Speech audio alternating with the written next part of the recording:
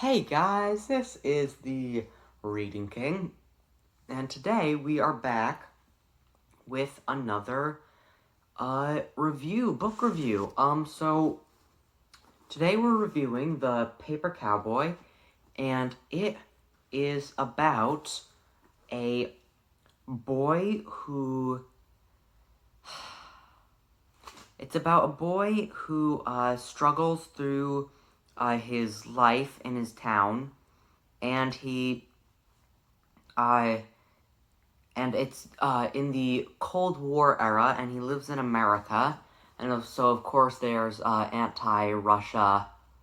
There's an anti-Russia sentiment, mind, collective. Basically, a bunch of people don't like the Russians now. So basically, he starts off in the morning, and his big sister is arguing, and it's his birthday. And so he finds a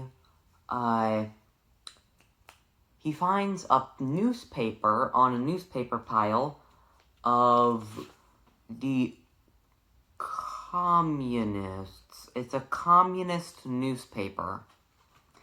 And that means to him, someone in the town is communist. Even though that's probably not even true.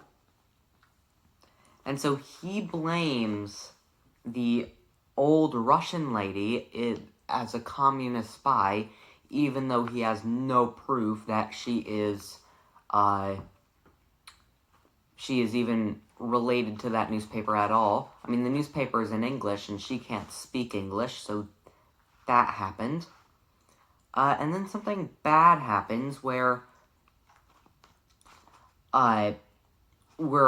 Tommy's big sister, Mary, goes to burn some trash, because apparently they do that, and she gets burned, and she gets badly injured, and everybody basically blames Tommy for it. And so that causes Tommy to have to take Mary Lou's paper route to keep supporting the family. And then Tommy ends up going to school. And at school, he meets his friends, Eddie, and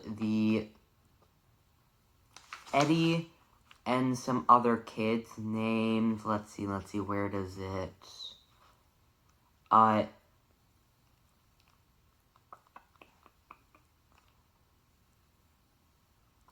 here, there's, Eddie, Lizzie Johnson, and Luke and Peter, and so they meet them, and then they start picking on a kid named Little Skinny, nicknamed Little Skinny, because they don't know his actual name, and they're picking on him, and so, and then Tommy gets blamed for picking on Little Skinny, because he did, and then Eddie and Tommy go to steal yo-yos, so, yeah, the first couple chapters, we immediately get a bad version of Tommy, as now he has to work for Mr. Mackenzie, Little Skinny's dad, to pay for the yo-yo, I think. Actually, I'm pretty sure he stole a whole box of yo-yos. Yeah. So that was bad. And so we go to page 47, and it turns out that his mom whips him. His mom is abusive, and so That's bad.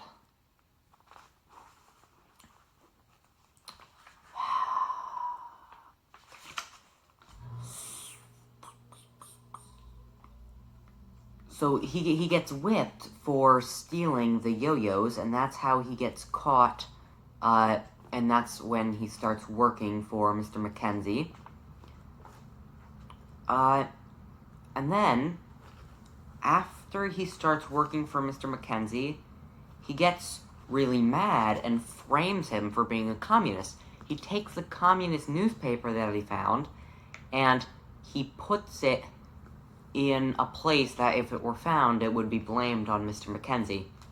And now Mr. Mackenzie's business is failing, because nobody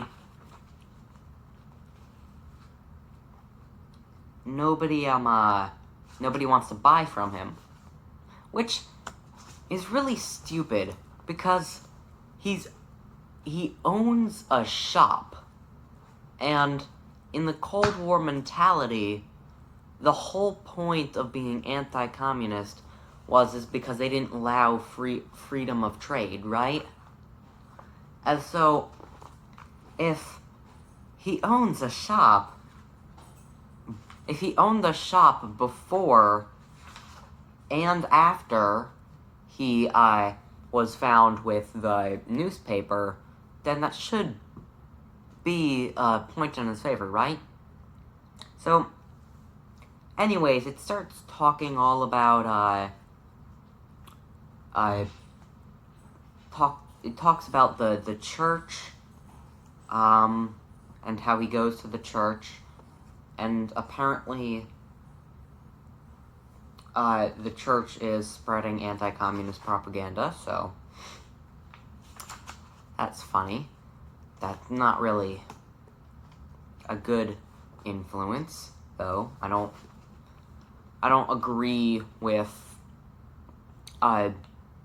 banning or censorship, because that's not good.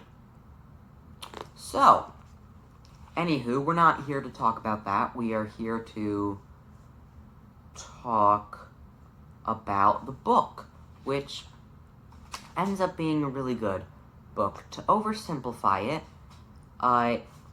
he ends up turning things around. He makes things better for his family. He patches up relationships with Little Skinny and his dad, and his dad ends up not being blamed for the communist propaganda. And he talks to Mrs. Glazov, which is the old lady who speaks Russian. And so there's just a lot of things that happen in this book. And Mrs. Glazov refused to take charity, because, so Tommy meets her on the paper route, and then he offers to teach her how to speak English, so she'll fit in better, and she's like, 1, I'm too old to learn now, and 2, I don't take charity. So he's like, well, why don't you teach me something else in return for me teaching you how to read? And so she teaches him the, what's the name of the instrument?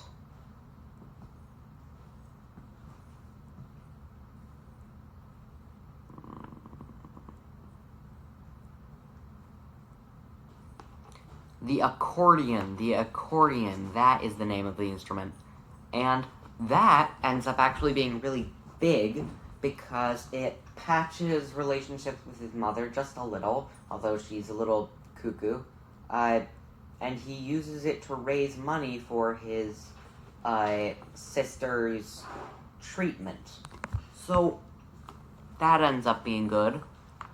And he also uses it to eventually to advertise the Mr. McKendy's brand new sandwich shop. So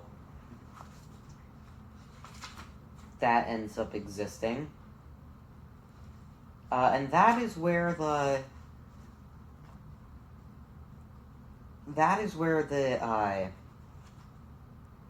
story ends. I feel like I've done a terrible job at explaining this book. It's just